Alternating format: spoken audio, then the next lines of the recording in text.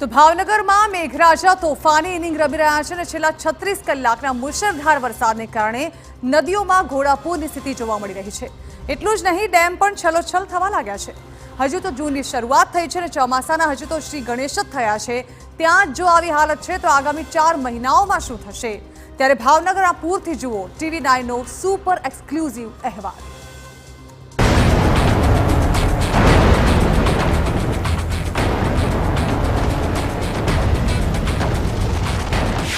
ભાવનગરમાં મેઘો મુશળધાર,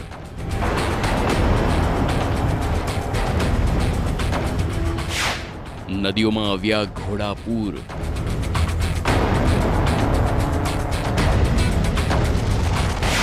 અનેક ડેમ થયા છલોછલ,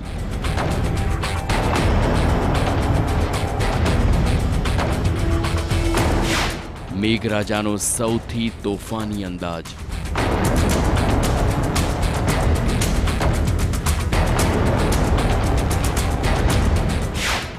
ધોધમાર વરસાદનો ગ્રાઉન્ડ રિપોર્ટ, મુશળધારનું TV9 પર મહા કવરેજ।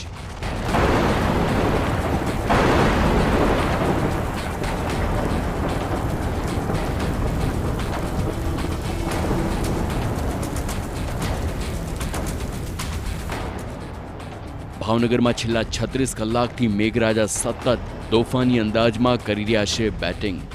છેલ્લા 36 કલાકમાં ભાવનગરમાં 15 ઇંચ કરતાં વધુ વરસાદ ખાબકી ચૂક્યો છે, જેના કારણે ભાવનગરના તમામ તાલુકાઓમાં હાલ પૂર જેવી સ્થિતિ ઊભી થઈ ગઈ છે। નદીઓમાં ઘોડાપૂરની સ્થિતિ ઊભી થઈ ગઈ। ધસમસતી નદીઓ હવે ડરાવી રહી છે। ધોધમાર વરસાદના કારણે ડેમ પણ ઓવરફ્લો થવા આવ્યા। વરસાદનો ગ્રાઉન્ડ રિપોર્ટ, ભાવનગરથી અજીત ગઢવી।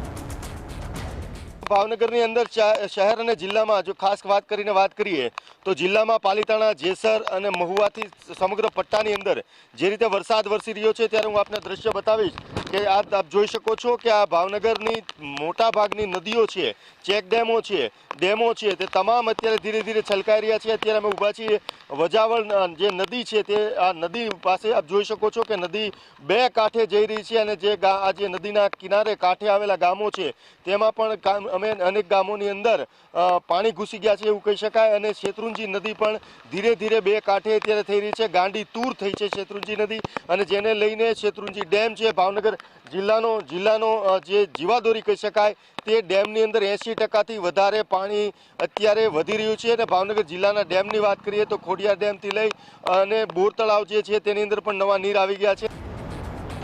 ભાવનગર જિલ્લાના હાઈવે પર પૂરના પાણી ફરી વળ્યા। અનેક ગામડાઓમાં પૂર જેવી સ્થિતિ ઊભી થઈ। ધોધમાર વરસાદના કારણે અનેક ગામડાઓ સંપર્ક વિહોણા બન્યા। અલગ અલગ તાલુકાઓમાં હાલ રેસ્ક્યુ ઓપરેશન હાથ ધરાઈ રહ્યું છે। વરસાદનો ગ્રાઉન્ડ રિપોર્ટ, ભાવનગરથી રોનક વર્મા। દ્રશ્ય જોઈ રહ્યા છો ભાવનગર અને વલભીપુર જતા માર્ગને, કે જ્યાં મારી પાછળ જતો માર્ગ ભાવનગર શહેર તરફ જાય છે અને મારી સામેનો ભાગ વલભીપુર તરફ જાય છે। પરંતુ પાછળ 24 કલાકથી જે પ્રકારે મેઘમહેર થઈ રહી છે તેના કારણે અનેક ખેતરો પાણીથી તરબોળ થયા છે। આપ જે હાલત જોઈ રહ્યા છો તે હાઈવેને અડીને આવેલા ખેતરોની જોઈ રહ્યા છો, જ્યાં આગળ ભારે વરસાદને કારણે જલભરાવની સ્થિતિ છે તેનું સર્જન થયું છે। અહીંયા પાર્ક કરેલા ટ્રકો લગભગ પાણીમાં ડૂબી ચૂક્યા છે અને જે લોકો છે તે આસપાસના હવે અહીંયાથી પાણી ક્યારે નીકળશે તે સવાલ સાથે રાહ જોઈ રહ્યા છે। સમગ્ર રાતભર વરસાદ છે તે શાંત પડ્યો હતો, પરંતુ છેલ્લા 2 કલાક જેટલા સમયથી જે વરસાદ છે તેની ગતિ પાછી વધી છે। તેના કારણે વધુ એક વખત પાણી ભરાવાની શરૂઆત અહીંયા થઈ છે। સ્થાનિકો આપણી સાથે હાજર છે, તેમની સાથે પણ વાત કરવાનો પ્રયાસ કરીશું। ગઈકાલથી ભાવનગર સમગ્રમાં વરસાદ પડી રહ્યો છે, કયા પ્રકારની સ્થિતિ છે? વરસાદ બહુ પડી રહ્યો, કાલ રાતે બહુ વરસાદ પડ્યો, ખ્યાલ નહોતો, આ પાણી ભરાઈ ગયું બધું, એમાં બધી ગાડીઓ ફસાઈ ગઈ। 3 ગાડીઓ તો બહાર કાઢી, 1 ગાડી આ રહી ગઈ છે। વરસાદ આજ સવારનો એક ધારો ચાલુ છે। અચ્છા, અહીંયા આસપાસમાં કયા ગ્રામ્ય વિસ્તારો છે અને ખરેખર શું પરિસ્થિતિ છે? આ ગામ ઘાંગળી છે, એનું આગળનું ગામ નેસડા આવે, ઊંડવી આવે, કરદેજ આવે, અને સવારનો એક ધારો વરસાદ છે। બધા શિહોરથી તળાવ ફૂલ થઈ ગયું છે। પાણી એક ધારું આગળ તળાવમાં આવે છે, આગળ તળાવ છે ત્યાં શિહોરનું પાણી એક ધારું ચાલુ છે। સતત વરસી રહેલા મુશળધાર વરસાદના કારણે નીચાણવાળા વિસ્તારોમાં સ્થિતિ ખૂબ જ વણસી ગઈ છે। અનેક ગામડાઓ હાલ જળબંબાકાર થયા. કાગડોળે જોવાતા ચોમાસાની સત્તાવાર શરૂઆત આગમન હવે થઈ ચૂક્યું છે. ત્યારે આગમન જ એવું ધમાકેદાર રહ્યું છે કે ભાલ પ્રદેશ, ભાવનગર પ્રદેશ, અમરેલી તમામ વિસ્તારો છે તે પાણીથી તરબોળ થઈ ચૂક્યા છે. આપ સીધા જ દ્રશ્ય જોઈ રહ્યા છો ભાવનગરથી કે જ્યાં આગળ જે મુખ્ય હાઈવે, આ ઉપરાંત જે જેસર, આ ઉપરાંત પાલિતાણામાં જે ભારે વરસાદ થયો અને ભારે વરસાદ બાદ જે તમામ ખેતરો છે, જે તમામ નદી નાળા છે તેમાં નવા નીરની આવક થઈ છે.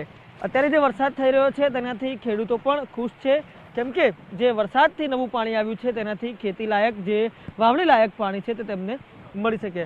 આ ઉપરાંત જે પ્રકારે છેલ્લા 24 કલાકથી વરસાદ છે તે સમગ્ર પંથકમાં થઈ રહ્યો છે તેના કારણે અનેક જગ્યાએ જે મુખ્ય રસ્તાઓ છે તે પણ બંધ કરવાની ફરજ પડી છે. તો અનેક જગ્યાએ જે આડસો મારીને રસ્તાઓ છે તે સ્થાનિકો દ્વારા જ બંધ કરવામાં આવ્યા છે. વરસાદની સ્થિતિ એવી છે કે જે તમામ ગામો છે તેમાં પણ જે આજે બંધ જેવી સ્થિતિ છે તે જોવા મળી રહી છે. ધોધમાર વરસાદના કારણે નદીઓમાં ઘોડાપૂર છે અને ડેમ પણ ઓવરફ્લો થઈ રહ્યા છે. જે ડેમ ક્યારે મહિનાઓના વરસાદમાં ઓવરફ્લો થતા તે હવે થોડા જ કલાકોમાં વરસાદમાં છલોછલ થઈ રહ્યા છે. એટલે વરસાદની તીવ્રતાનો અંદાજ આપ લગાવી શકો છો. ગુજરાત રાજ્યમાં ચોમાસાનું સત્તાવાર આગમન થઈ ચૂક્યું છે. પ્રારંભ પ્રચંડ થયો છે અને પ્રચંડ પ્રારંભના દ્રશ્યો આપ સીધા જ મારી પાછળ ભાવનગરથી જોઈ રહ્યા છો.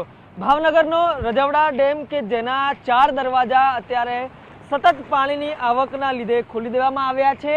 ખાસ કરીને ભાવનગરની જીવાદોરી એટલે શેત્રુંજી ડેમ, શેત્રુંજી ઉપરાંત રજવડા અને ખારો, આ 3 ડેમ સાઇટ અને આ તમામની આસપાસનો વિસ્તાર કે જ્યાં આગળ સમગ્ર સિઝનમાં વરસાદ થાય છે અને ત્યારબાદ લગભગ 2 મહિને 3 મહિને આ ડેમ ભરાતા દરવાજા છે તે ખોલવાની સ્થિતિ ઊભી થાય છે. પરંતુ ગઈકાલે હજુ તો ચોમાસાનું સત્તાવાર આગમન થયું છે અને ગઈકાલે આગમન બાદ લગભગ 20 કલાકની સ્થિતિમાં આ ડેમ ભરાઈ ચૂક્યો છે અને ડેમ ભરાયા બાદ હાલની શું સ્થિતિ છે તે આપ દ્રશ્યમાં જ જોઈ રહ્યા છો.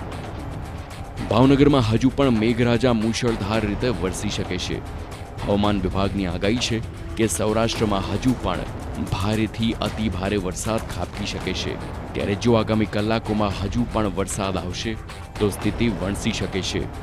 ભાવનગરથી અજીત ગઢવી અને રોનક વર્મા સાથે બ્યુરો રિપોર્ટ, TV9.